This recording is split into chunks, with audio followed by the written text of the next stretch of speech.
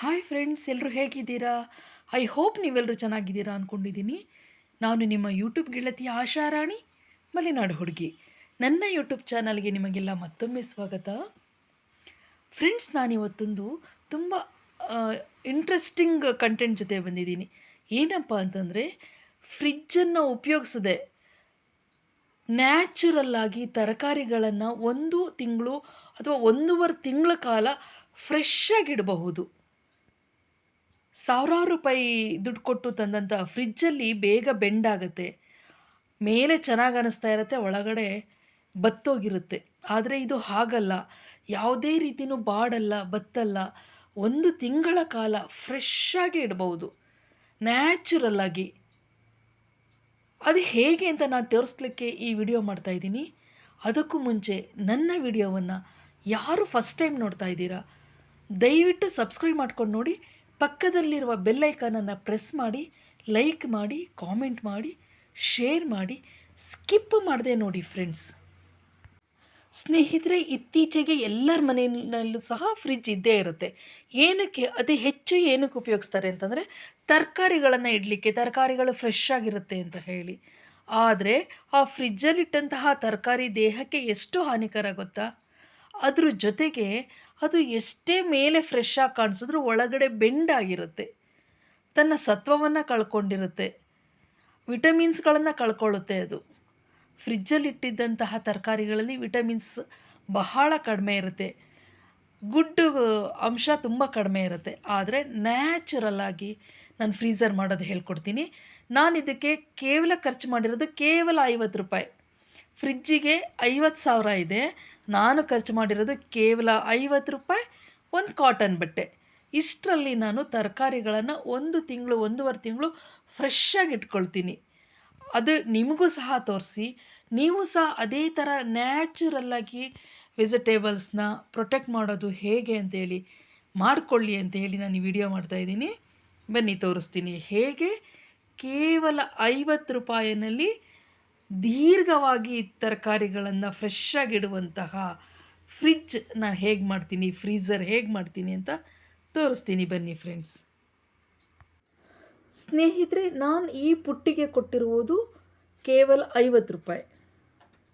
ಅದು ನಮ್ಮ ತರಕಾರಿಗಳನ್ನು 1.5 ತಿಂಗಳ ಕಾಲ ಫ್ರೆಶ್ ಆಗಿಟ್ಟಿದ್ದು ನನಗಂತೂ ಬಹಳ ಖುಷಿಯಾಯಿತು.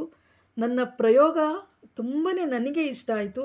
ಅದು ನಿಮಗೂ ಸಹ ತೋರಿಸೋಣ. ನೀವು ನ್ಯಾಚುರಲ್ಲಾಗಿ ತರಕಾರಿಗಳನ್ನು ಪ್ರೊಟೆಕ್ಟ್ ಮಾಡ್ಕೊಳ್ಳಿ, 1.5 ತಿಂಗಳ ಕಾಲ ಫ್ರೆಶ್ ಆಗಿಟ್ಕೊಳ್ಳಿ. ಫ್ರೀಝರ್ ಇಲ್ಲದೆ, ಕೆಲವರಿಗೆ ಫ್ರೀಝರ್ ಫುಡ್ ತಿಂದರೆ ಮೈ ದಪ್ಪ ಆಗುತ್ತೆ, ಮುಖದಲ್ಲೆಲ್ಲ ದಪ್ಪ ಆಗುತ್ತೆ, ಮತ್ತು ಥಂಡಿ ಆಗುತ್ತೆ, ಬೋನ್ಸ್ ಪೇಯ್ನ್ ಬರುತ್ತೆ ಕೆಲವರಿಗೆ. ಆದರೆ ಈ ಥರ ನ್ಯಾಚುರಲ್ಲಾಗಿ ಮಾಡಿಕೊಂಡ್ರೆ ಯಾವುದೇ ಸೈಡ್ ಎಫೆಕ್ಟ್ಸ್ ಇಲ್ಲ, ಮತ್ತು ಆರೋಗ್ಯಕ್ಕೂ ತುಂಬ ಒಳ್ಳೆಯದು. ನೋಡಿ ಫ್ರೆಂಡ್ಸ್, ಇದು ನಾನು ಕೊತ್ತಂಬರಿ ಸೊಪ್ಪು ತಂದು 8 ದಿನ ಆಯಿತು. ಈ ತರಕಾರಿಗಳೆಲ್ಲ ಇಲ್ಲಿ ನಾನು ಫ್ರೀಝರ್ ಮಾಡಿ ಕರೆಕ್ಟಾಗಿ 25 ಡೇಸ್ ಆಯಿತು, 25 ದಿನ ಆಯಿತು. ಎಷ್ಟು ಫ್ರೆಶ್ ಆಗಿದೆ ನೋಡಿ ಅಲ್ವಾ? ಇದು ಹೇಗೆ ಮಾಡೋದು ಅಂತ ಹೇಳ್ತೀನಿ ಬನ್ನಿ. ಫಸ್ಟು ಒಂದು ಪುಟ್ಟಿ ತೊಗೊಳ್ಳೋದು, ಬಿದಿರಿನ ಬುಟ್ಟಿ. ಅದು ತೊಗೊಂಡು ತರಕಾರಿಗಳನ್ನೆಲ್ಲ ತೊಳಿಬೇಕು. ಚೆನ್ನಾಗಿ ತೊಳೆದು ಒಂದು ಕಾಟನ್ ಬಟ್ಟೆನಲ್ಲಿ ನೀಟಾಗಿ ಒರೆಸಿ ಇದರಲ್ಲಿ ಜೋಡಿಸ್ಬೇಕು. ಇದರಲ್ಲಿ ಒಂದು ಟಿಪ್ಸ್ ಹೇಳ್ತೀನಿ ನಾನು. ಯಾವುದೇ ತರಕಾರಿಯನ್ನು, ಟೊಮೊಟೊ ಇರ್ಬೋದು, ಯಾವುದೇ ಇರ್ಬೋದು, ತೊಟ್ಟು ಭಾಗ ಏನಿರುತ್ತೆ ಅದನ್ನು ಮೇಲ್ಭಾಗ ಮಾಡಿ ಇಡಬೇಕು.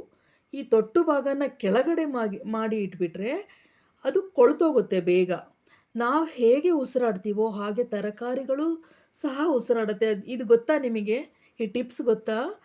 ನಾವು ಹೇಗೆ ಉಸಿರಾಡ್ತೀವೋ ತರಕಾರಿಗಳು ಉಸಿರಾಡ್ತವೆ, ಟೊಮೊಟೊನೂ ಉಸಿರಾಡುತ್ತೆ. ಬೇಕಾದರೆ ನೀವೊಂದು ಟೆಸ್ಟ್ ಮಾಡಿ, ಟೊಮೊಟೊವನ್ನು ತೊಟ್ಟಿನ ಭಾಗ ಕೆಳಗಡೆ ಮಾಡಿ ಇಡಿ, 2 ದಿನಕ್ಕೆ ಅದು ಒಳಭಾಗದಿಂದ ಕೊಳಿತಾ ಬರುತ್ತೆ. ಹಾಗಾಗಿ ಆ ತೊಟ್ಟು ಭಾಗವನ್ನು ಯಾವುದೇ ಕಾರಣಕ್ಕೂ ಕೆಳಮುಖ ಮಾಡಿ ಇಡಬೇಡಿ, ಮೇಲ್ಮುಖ ಮಾಡಿ ಇಡಿ. ಈ ತರಕಾರಿಗಳನ್ನೆಲ್ಲ ಕ್ಲೀನಾಗಿ ಒರೆಸಿ ಜೋಡಿಸಿ ಅದರಲ್ಲಿ.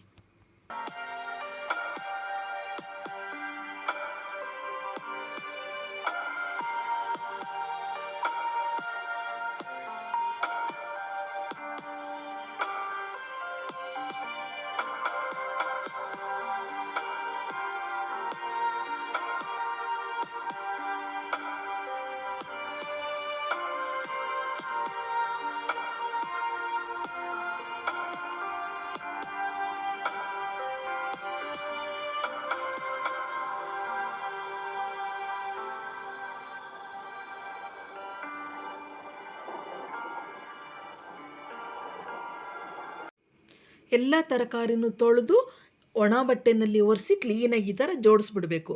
ಜೋಡಿಸ್ಬಿಟ್ಟು ಇದಕ್ಕೆ ಅಂತ ಒಂದು ಪ್ಲೇಟ್ ಬರುತ್ತೆ.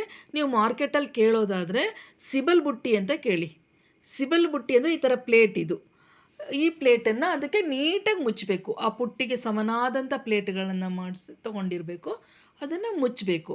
ಇದರಲ್ಲಿ ಗಾಳಿ ಚೆನ್ನಾಗಿ ಆಡುತ್ತೆ. ಯಾಕೆ ಅಂದರೆ ಇದು ಹೆಣೆದಿರ್ತಾರಲ್ವ, ಆ ಹೆಣೆದಿರುವಾಗಿನ ಮಧ್ಯ ಮಧ್ಯದಲ್ಲಿ ಕಂಡಿ ಬಿಟ್ಟಿರುತ್ತೆ, ಸ್ಪೇಸ್ ಇರುತ್ತೆ, ಚಿಕ್ಕದಾಗಿರುತ್ತೆ. ಅದರಿಂದ ಗಾಳಿ ಚೆನ್ನಾಗಿ ಆಡುತ್ತೆ, ಸೊಳ್ಳೆ ಹೋಗಲ್ಲ. ಸಣ್ಣ ಹುಳ ಆಗುವಂಥ ಕೀಟ ಇರುತ್ತೆ, ಅದಕ್ಕೆ ನಾವು ಗುಂಗಾರ ಅಂತ ಕರಿತೀವಿ. ಅದು ಸಹ ಸಣ್ಣಕ್ಕಿರುತ್ತೆ. ಅದು ಮಾವಿನ ಹಣ್ಣಿನ ಸೀಸನಲ್ಲಿ ಬರುತ್ತಲ್ಲ, ಅದು ಸಹ ಹೋಗಲ್ಲ, ಕಾಕ್ರೋಚ್ ಹೋಗಲ್ಲ. ಕೊನೆಗೆ ಒಂದು ಬಿಳಿ ತೆಳು ಬಟ್ಟೆ, ಕಾಟನ್ ಬಟ್ಟೆ ತೊಗೋಬೇಕು. ವೈಟ್ ಬಟ್ಟೆ ತೊಗೊಂಡ್ರೆ ಬೆಸ್ಟು, ಬ್ಲ್ಯಾಕು ರೆಡ್ಡು ಅದೆಲ್ಲದಕ್ಕಿಂತ. ತೆಳು ಪಂಚೆ ಆಗ್ಬೋದು ಅಥವಾ ತೆಳು ಕಾಟನ್ ವೇಲ್ ಯಾವುದಾದ್ರು ತೊಗೊಂಡು ನೀರಲ್ಲಿ ಚೆನ್ನಾಗಿ ನೆನೆಸ್ಬಿಟ್ಟು ಟೈಟ್ ಹಿಂಡಬೇಕು. ಫುಲ್ಲು ನೀರು ಎಷ್ಟು ಇರಬಾರ್ದು, ಅದು ಒದ್ದೆ ಬಟ್ಟೆ ಮಾತ್ರ ಆಗಿರಬೇಕೇ ಹೊರತು ನೀರು ಯಾವುದೇ ಕಾರಣಕ್ಕೂ ಇರಬಾರ್ದು. ಆ ಥರ ಟೈಟಾಗಿ ಹಿಂಡ್ಬಿಡಬೇಕು ಬಟ್ಟೆನ. ನೀರಿನ ಅಂಶ ಎಲ್ಲ ಹೋಗೋ ಥರ ಹಿಂಡಬೇಕು. ಟೈಟಾಗಿ ಹಿಂಡ್ಬಿಟ್ಟು ಅದನ್ನೇನು ಮಾಡಬೇಕು, ಈ ಪುಟ್ಟಿಗೆ ಫುಲ್ಲು ಮುಚ್ಚಬೇಕು. ಹಸಿ ಇದ್ದಂಗೆ ಮುಚ್ಚಬೇಕು. ಫುಲ್ಲು ಎಲ್ಲ ಕಡೆನೂ ಕವರ್ ಮಾಡಿ, ಮೇಲೆ ಕೆಳಗೆ ಎಲ್ಲ ಕಡೆನೂ ಕವರ್ ಮಾಡಿ ಆ ಬಿಳಿ ಬಟ್ಟೆನ ಮುಚ್ಚಿಡಿ.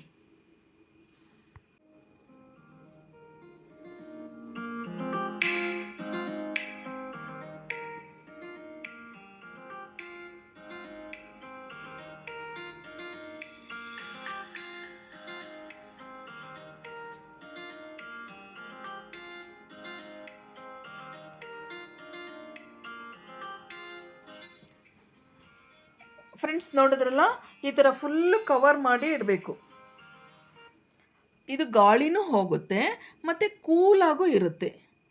ಮತ್ತು ಒಂದು ದಿನ ಬಿಟ್ಟು 2 ದಿನ ಬಿಟ್ಟು ಬಟ್ಟೆ ಒಣಗಿರುತ್ತೆ. ನೋಡಿ, ಫ್ರೆಶ್ ಆಗಿದೆ. ನೋಡಿ, ತೆಗೆದು ನೋಡಿದ್ರು ಅದು ಫ್ರೆಶ್ ಆಗಿದೆ. ಬಟ್ಟೆ ಒಣಗಿದಾಗ ಮತ್ತೆ ನಿಮಗೆ ಯಾವ್ದು ಬೇಕೋ ಅದು ತರಕಾರಿನ ತಕ್ಕೊಳ್ಬೇಕು. ಮತ್ತು ಬಟ್ಟೆನ ಒದ್ದೆ ಬಟ್ಟೆ ಮಾಡಿ ಟೈಟಾಗಿ ಹಿಂಡಿಬಿಟ್ಟು, ಒದ್ದೆ ಬಟ್ಟೆ ಮಾತ್ರ ಇರಬೇಕು, ನೀರು ಇರಬಾರ್ದು ಅದರಲ್ಲಿ. ಆ ಒದ್ದೆ ಬಟ್ಟೆನ ಮತ್ತೆ ಫುಲ್ಲು ಕವರ್ ಮಾಡಿ ಮುಚ್ಚಿಡಬೇಕು. ಹೀಗೆ ಮಾಡೋದ್ರಿಂದ ಇದು ಹುಳಗಳಿಂದ, ಕೀಟಗಳಿಂದ, ಮಿಡತೆಯಿಂದ, ಕಾಕ್ರೋಚಿಂದ ಎಲ್ಲದರಿಂದನೂ ಪ್ರೊಟೆಕ್ಟ್ ಆಗುತ್ತೆ. ಮೇಲೆ ಕೂಲಾಗಿರುತ್ತೆ. ಯಾವುದೇ ಕಾರಣಕ್ಕೂ ತರಕಾರಿ ಒಣಗೋಲ್ಲ ಮತ್ತು ಒಳಗಡೆಯಿಂದ ಬೆಂಡ್ ಸಹ ಆಗಲ್ಲ. ಫ್ರಿಜ್ಜಲ್ಲಿಟ್ಟರೆ ಮೇಲೆ ಮಾತ್ರ ಅದ್ರ ಸ್ಕಿನ್ ಮಾತ್ರ ಫ್ರೆಶ್ಶಾಗಿ ಕಾಣಿಸುತ್ತೆ. ಹೊರಗಡೆ ತೆಗೆದ ತಕ್ಷಣ ಮತ್ತೆ ನೀರೆಲ್ಲ ಬಿಟ್ಟುಬಿಟ್ಟು ಮತ್ತೆ ಬಾಡ್ದಂಗೆ ಆಗುತ್ತೆ. ಇದು ಫುಲ್ಲು ಫ್ರೆಶ್ ಆಗಿರುತ್ತೆ. ನೋಡಿದ್ರಲ್ಲ ಫ್ರೆಂಡ್ಸ್ ನನ್ನ ವಿಡಿಯೋವನ್ನು. ತರಕಾರಿ 1 ತಿಂಗಳು 1.5 ತಿಂಗಳಾದರೂ ಕೆಡದೇ ಇರುವಂತಹ ಒಂದು ಟಿಪ್ಸನ್ನು ನೋಡಿದ್ರಲ್ಲ. ನನ್ನ ವಿಡಿಯೋ ನಿಮಗೆಲ್ಲ ಇಷ್ಟ ಆಯಿತು ಅಂದ್ಕೊಳ್ತೀನಿ.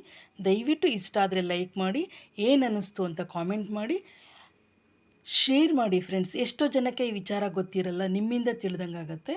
ಹಾಗಾಗಿ ಈ ವಿಡಿಯೋವನ್ನು ಆದಷ್ಟು ಶೇರ್ ಮಾಡಿ, ಸಬ್ಸ್ಕ್ರೈಬ್ ಮಾಡಿ.